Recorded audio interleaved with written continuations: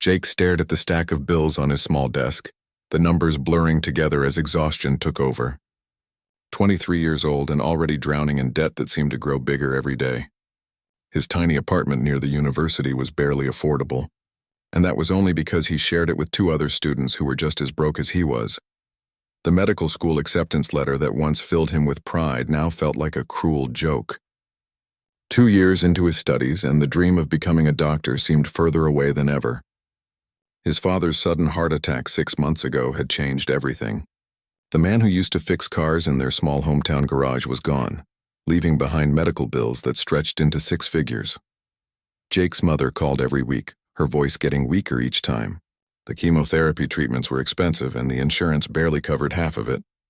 She kept telling him to focus on his studies, that everything would work out somehow, but Jake knew better. The numbers didn't lie. They were losing their family home, and his mother needed treatments that cost more money than their entire family had ever seen. He had already taken out every loan possible. His part-time job at the campus library paid barely enough to cover ramen noodles and instant coffee. Sleep had become a luxury he couldn't afford, spending most nights either studying or working extra shifts wherever he could find them. The other students in his program came from different worlds. They talked about weekend trips and expensive restaurants like it was nothing. Jake pretended to be busy whenever they invited him out, knowing he couldn't afford even a cup of coffee at the places they frequented. The isolation was getting to him, but pride kept him from admitting just how desperate things had become. That's when everything changed during what seemed like an ordinary Tuesday afternoon. Jake was shelving books in the medical library when he overheard a conversation between two students from wealthy families. They were discussing their parents' charity events and social connections in hushed tones. One of them mentioned something that made Jake's ears perk up. "My grandmother knows this incredible woman," said the student named Christopher. "She's loaded, like seriously wealthy, but she's been alone for years since her husband died.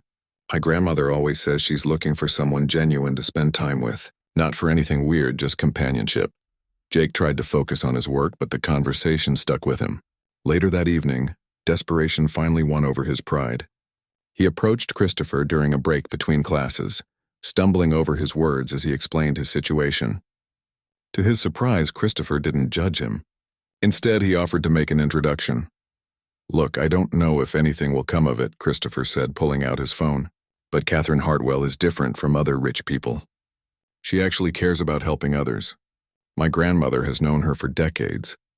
2 days later, Jake found himself standing outside an elegant townhouse in the city's most expensive neighborhood. His best shirt, which he had ironed 3 times, still looked cheap compared to everything around him. The garden alone probably cost more than his entire year's rent. Catherine Hartwell opened the door herself, which surprised him. He had expected servants or staff. She was 71 years old but carried herself with grace and intelligence that made age seem irrelevant. Her silver hair was perfectly styled, and her blue eyes seemed to see right through him. "You must be Jake," she said with a warm smile. "Christopher's grandmother spoke very highly of you. Please come in." The house was beautiful but not flashy. Everything spoke of quiet wealth and good taste. Catherine led him to a sitting room filled with books and comfortable furniture. She served tea in delicate china cups that probably cost more than Jake's monthly grocery budget. "Tell me about yourself," she said simply. Jake had rehearsed this moment dozens of times, but sitting across from Catherine, all his prepared words disappeared. Instead, he found himself telling the truth. About his father's death, his mother's illness, the crushing weight of trying to save everyone while pursuing his dream of becoming a doctor. Catherine listened without interrupting. She asked thoughtful questions about his studies, his goals, and his family. There was no pity in her eyes, just genuine interest and understanding. For the first time in months, Jake felt like someone actually saw him as a person, not just a problem to be solved. "I have a proposition," Catherine said after an hour of conversation, "but I want you to think carefully before you answer." Jake leaned forward, his heart racing. "I am alone," she continued. "My husband passed away 5 years ago and we never had children.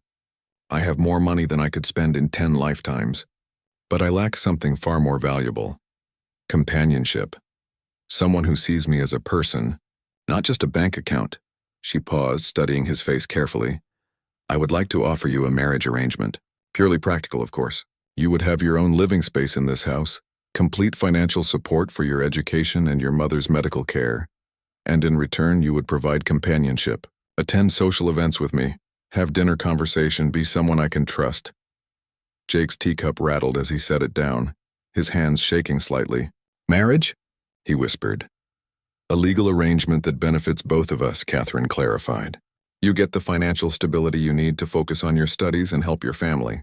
I get someone genuine in my life, someone who isn't interested in me just for my money, which, given our circumstances, I believe you're not.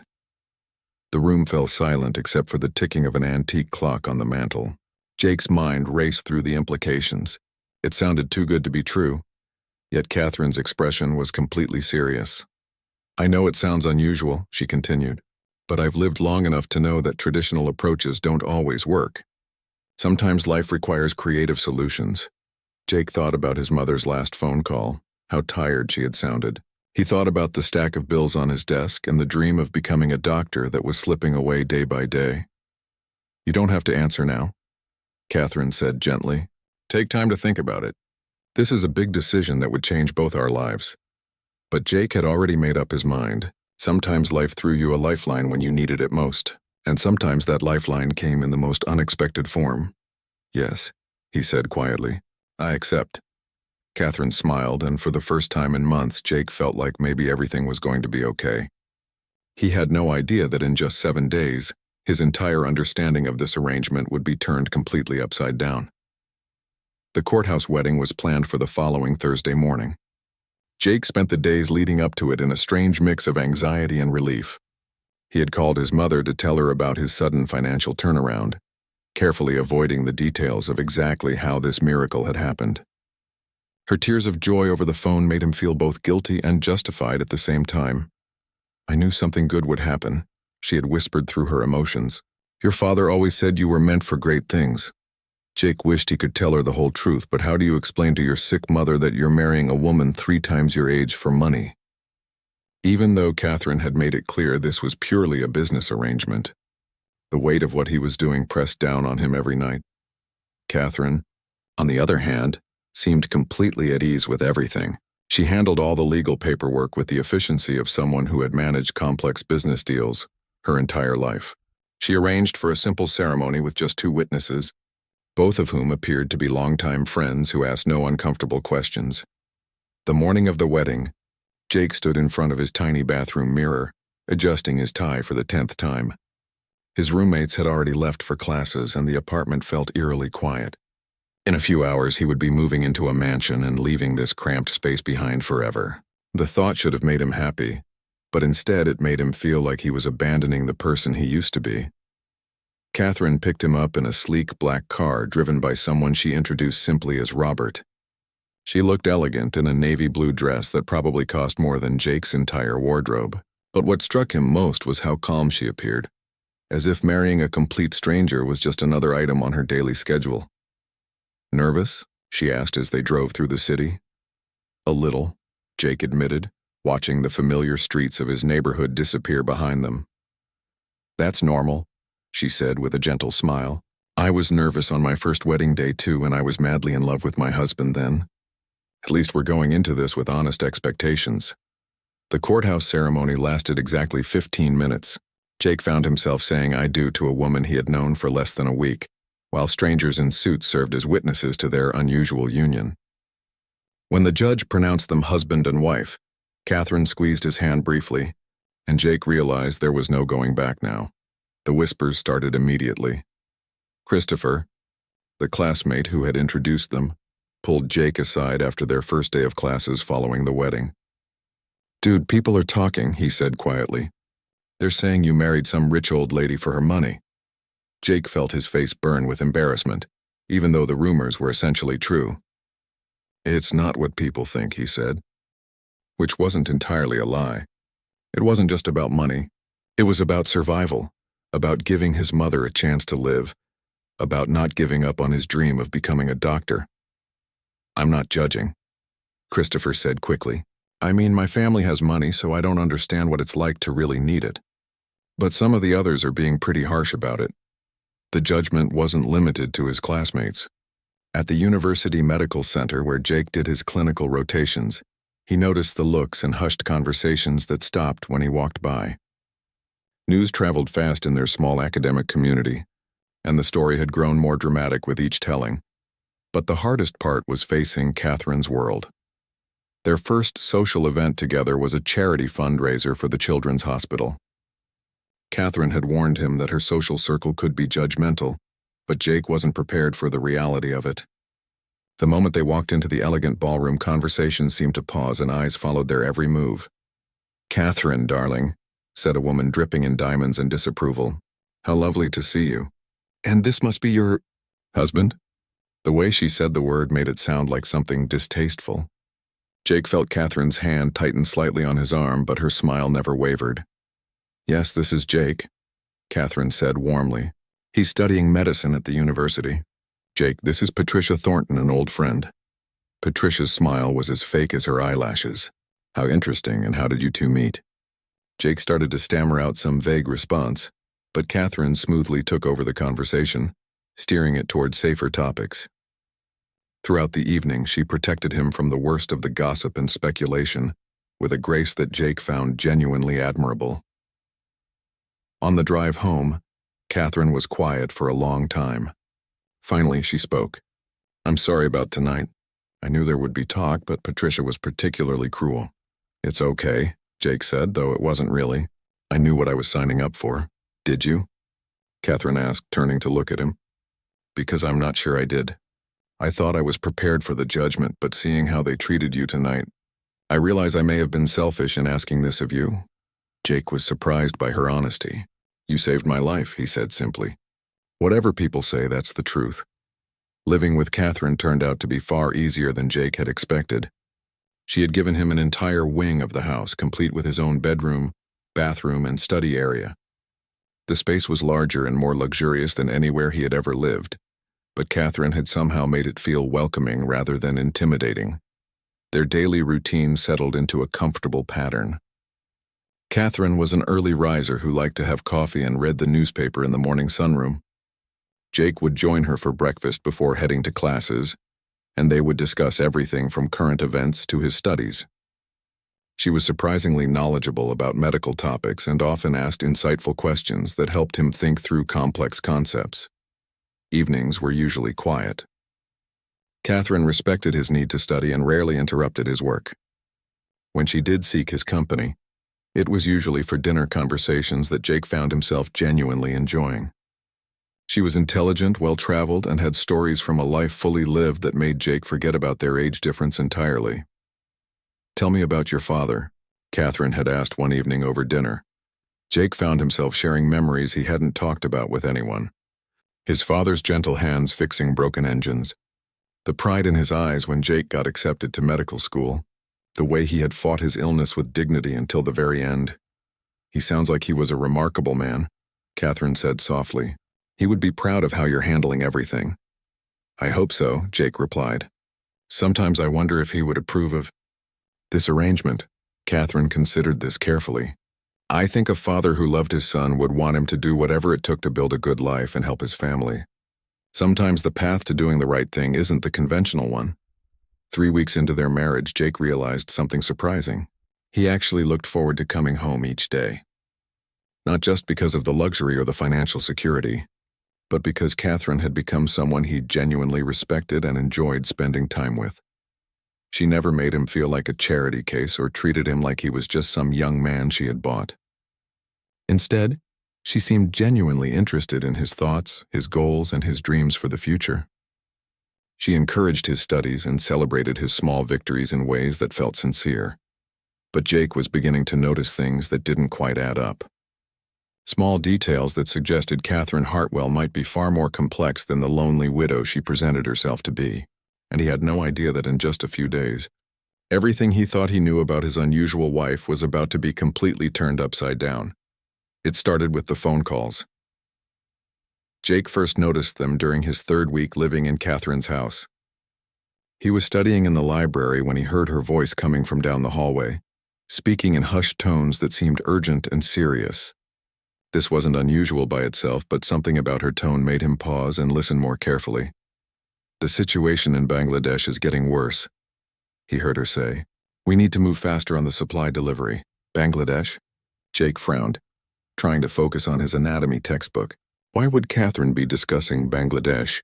As far as he knew, she had never mentioned any international interests or business dealings. The next morning at breakfast, Jake casually asked, "Do you have business interests overseas?" Catherine looked up from her newspaper, her expression neutral. "Why do you ask?" "I just heard you mention Bangladesh yesterday. I was curious." "Oh, that." Catherine's smile seemed forced. "Just some charity work. Nothing too interesting." She quickly changed the subject to ask about his upcoming exams, but Jake couldn't shake the feeling that there was more to it than simple charity work. Over the following days, he began paying closer attention to Catherine's daily routine, not out of suspicion exactly, but out of genuine curiosity about the woman he had married. The phone calls happened every day, sometimes multiple times. Catherine would excuse herself and disappear into her private study, closing the door behind her. The conversations lasted anywhere from 10 minutes to over an hour, and Jake caught fragments of discussions that seemed far more complex than typical charity coordination.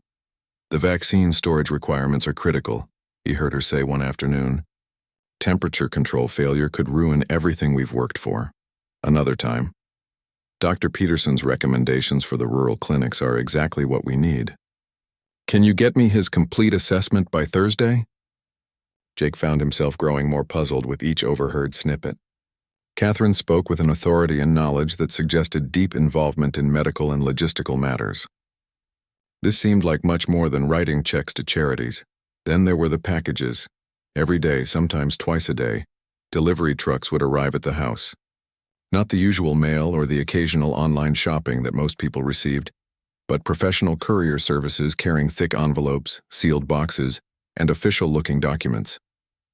Catherine always met these deliveries personally, signing for everything herself and immediately taking the packages to her locked study. Jake tried to be casual about his curiosity. "You sure get a lot of deliveries," he mentioned one evening over dinner. "Do I?" Catherine seemed genuinely surprised. "I suppose I hadn't noticed. Just the usual business correspondence, but Jake had noticed, and it wasn't usual at all. One afternoon, he happened to be looking out his bedroom window when a courier arrived. The truck had diplomatic license plates, and the man who delivered the package wore the kind of serious expression Jake associated with government officials. Catherine met him at the door, and their brief conversation looked far more formal than a simple package delivery. The locked study became another source of growing curiosity. It was the one room in the house that Catherine had specifically told him was off-limits. "Just personal papers and old photographs," she had explained. "Nothing interesting to anyone but me." Jake respected her privacy completely, but he couldn't help noticing details. The study had a separate phone line that rang frequently. Sometimes Catherine would rush to answer it, even interrupting their dinner conversations. The room had heavy curtains that were always drawn, and Jake noticed that light often showed under the door late into the evening, suggesting Catherine spent many hours in there working on whatever mysterious projects occupied her time. What really started to puzzle Jake was Catherine's knowledge of medical terminology and procedures. During their dinner conversations, when Jake would discuss his studies or share interesting cases from his clinical rotations, Catherine would ask questions that went far beyond casual curiosity. "When you mentioned the patient with cerebral malaria," Catherine said one evening, "what was the specific treatment protocol your attending physician used?" Jake was impressed by her interest and explained the complex medication regimen and monitoring procedures. Catherine listened intently, occasionally asking for clarification on technical details that most people would find boring or incomprehensible. "You seem to know a lot about medicine," Jake observed. "Did you study it at some point?" "Oh, just general knowledge picked up over the years," Catherine replied, but her answer felt evasive. "You know how you absorb information about subjects that interest you." But it wasn't just general knowledge. Catherine understood drug interactions, treatment protocols, and medical logistics in ways that suggested formal training or extensive hands-on experience. When Jake mentioned struggling with a particular concept in infectious disease management, Catherine offered insights that were surprisingly sophisticated and accurate. "Have you considered the environmental factors that might affect treatment outcomes in different geographic regions?" she asked. Altitude, humidity, local pathogen resistance patterns. These things can significantly impact standard protocols. Jake stared at her. These weren't the kinds of insights someone picked up from casual reading or general interest. This was the kind of thinking that came from years of practical experience in medical settings. The puzzle pieces continued to accumulate. Catherine received medical journals in the mail, thick publications that Jake recognized from his own studies. She subscribed to specialized newsletters about global health initiatives and infectious disease research. Her personal library, which Jake was free to use, contained an extensive collection of medical textbooks, many of them marked with handwritten notes in the margins. One evening, Jake found a notebook that had fallen behind one of the library shelves. It was filled with Catherine's handwriting, containing detailed notes about treatment protocols, supply chain logistics, and what appeared to be field observations from various medical facilities. The dates on the entries went back several years, and the level of detail suggested someone with deep involvement in actual medical operations. "I found this behind the bookshelf," Jake said, holding up the notebook. "I think it's yours." Catherine's face went pale for just a moment before she recovered her composure. "Oh, thank you," she said, taking the notebook quickly. "Just old notes from some medical charity work. Nothing important." But Jake had seen enough of the contents to know that wasn't true. The notes were incredibly detailed and written in the kind of technical language used by medical professionals, not charity volunteers. The strangest discovery came during Jake's 4th week in the house. He was looking for a book Catherine had mentioned when he noticed a framed photograph on a high shelf that he hadn't seen before.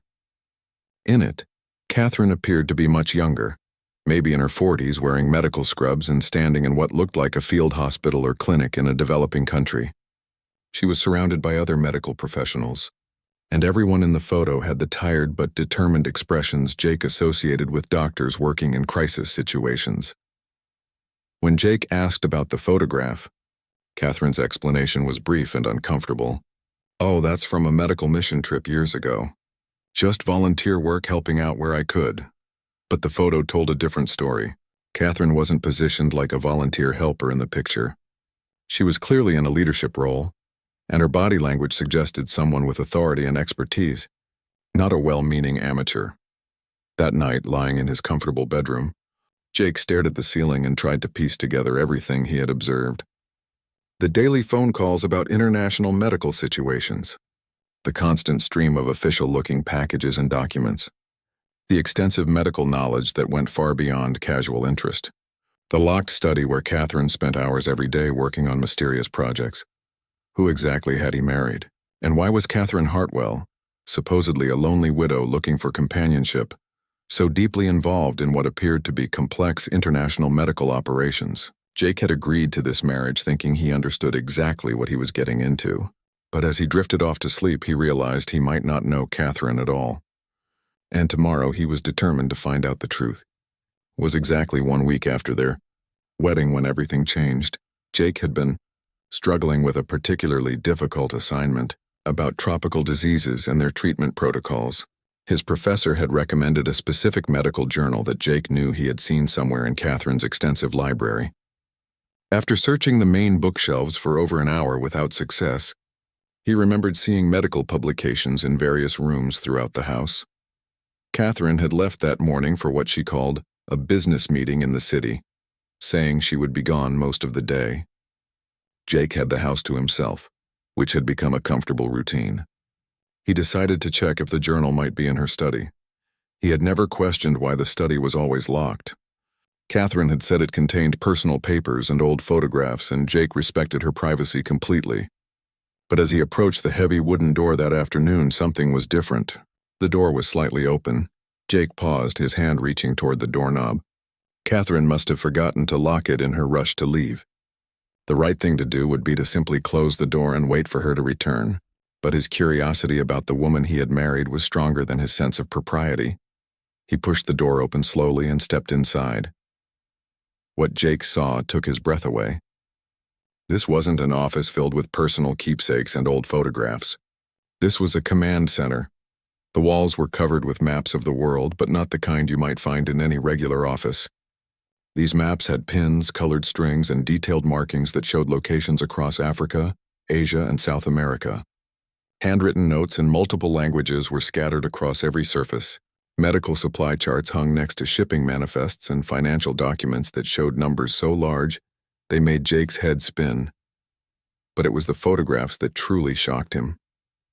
Dozens of them covering an entire wall. Catherine in medical scrubs, working alongside teams of doctors in what appeared to be field hospitals and remote clinics. Catherine treating patients in conditions that looked challenging and dangerous. Catherine shaking hands with officials who wore the uniforms of various international health organizations. Jake moved closer to examine the photos more carefully. In every single image, Catherine wasn't positioned as a volunteer or helper. She was clearly the person in charge.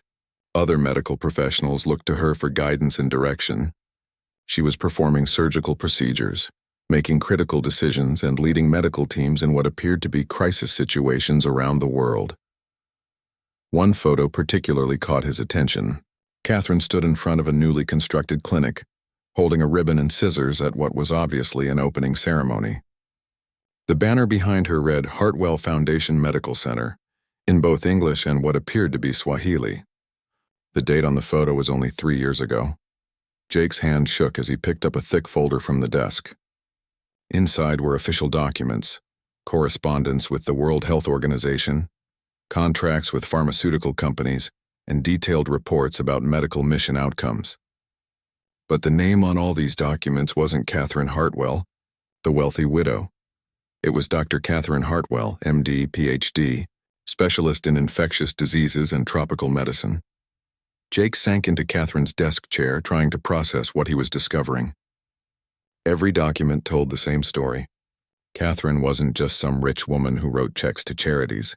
She was a highly trained medical doctor who had spent decades working in some of the most dangerous and challenging medical situations in the world. A thick binder labeled Field Operations, 2015-2023, contained reports that read like something from a medical adventure novel.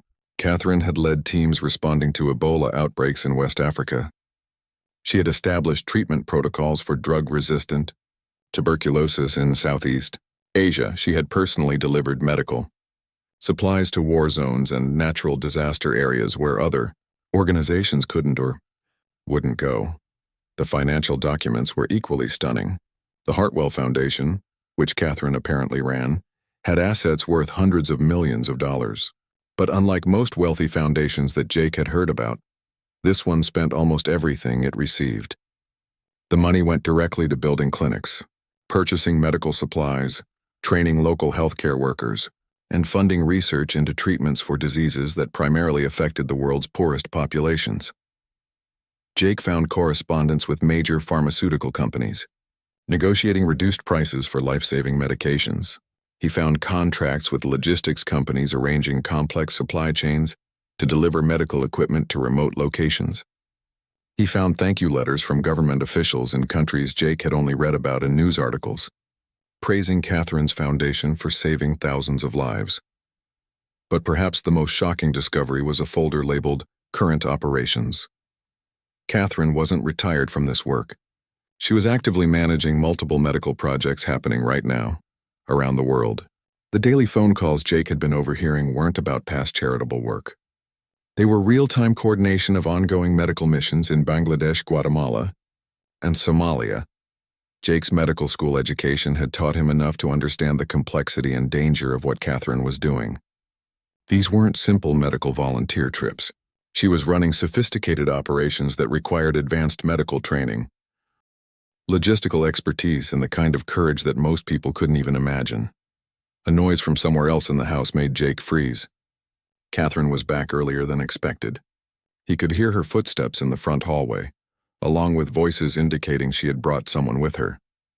Panic seized him as he realized the position he was in. He had violated Catherine's privacy in the worst possible way, discovering secrets that she had clearly worked hard to keep hidden. But why had she hidden this from him? Why would someone with such an incredible background and such meaningful work pretend to be just a lonely widow looking for companionship? Jake quickly but carefully put everything back where he had found it. His hands were still shaking as he tried to make sure nothing looked disturbed. The voices in the hallway were getting closer, and he could now make out Catherine's tone, professional and urgent. "The supply shipment needs to leave tomorrow," Catherine was saying. "The situation in the refugee camps is getting worse every day we delay." "Dr. Hartwell, we understand the urgency," came a male voice that Jake didn't recognize. "But the security situation makes transport extremely dangerous. We need to consider alternative routes, Dr. Hartwell." Even now, hearing it directly, Jake could barely believe it. He managed to slip out of the study and close the door just as Catherine and her visitor rounded the corner into the hallway. Catherine looked surprised to see him. "Jake, I didn't expect you home so early. How were classes today?" Jake struggled to keep his voice normal. "Good, just came back to study. I'll be in my room if you need anything." Catherine smiled and introduced him briefly to her visitor, a serious-looking man who carried a briefcase and spoke with the kind of authority Jake associated with high-level government or military officials. The introduction was polite but brief, and Jake excused himself as quickly as possible. Alone in his room, Jake sat on his bed trying to process everything he had discovered. The woman he had married wasn't at all who she had claimed to be. Catherine Hartwell wasn't just wealthy. She was one of the world's leading experts in international medical crisis response. She had dedicated her life to helping people in the most desperate situations imaginable, often at great personal risk. But why had she hidden this from him? And more importantly, why had she chosen to help a struggling medical student when she could have had her pick of accomplished doctors and medical professionals to assist her work? Jake realized that tomorrow, when Catherine returned from whatever urgent medical crisis she was coordinating, he was going to have to face her with questions that would change everything between them. The 7 days of their unusual marriage were about to become something neither of them had planned for. Jake barely slept that night. Every time he closed his eyes, he saw the images from Catherine's study. The maps covered in medical mission markers, the photographs of her treating patients in dangerous locations around the world, the documents proving she was one of the leading experts in international medical crisis response. By morning, he had rehearsed the conversation dozens of times in his head, but none of his imagined scenarios felt right. How do you confront someone about discovering they're completely different from who they claim to be, especially when that someone had been nothing but kind to you? Catherine was already in the morning sunroom when Jake came down for breakfast, reading her newspaper as usual. She looked up with her familiar warm smile, and for a moment Jake almost lost his nerve.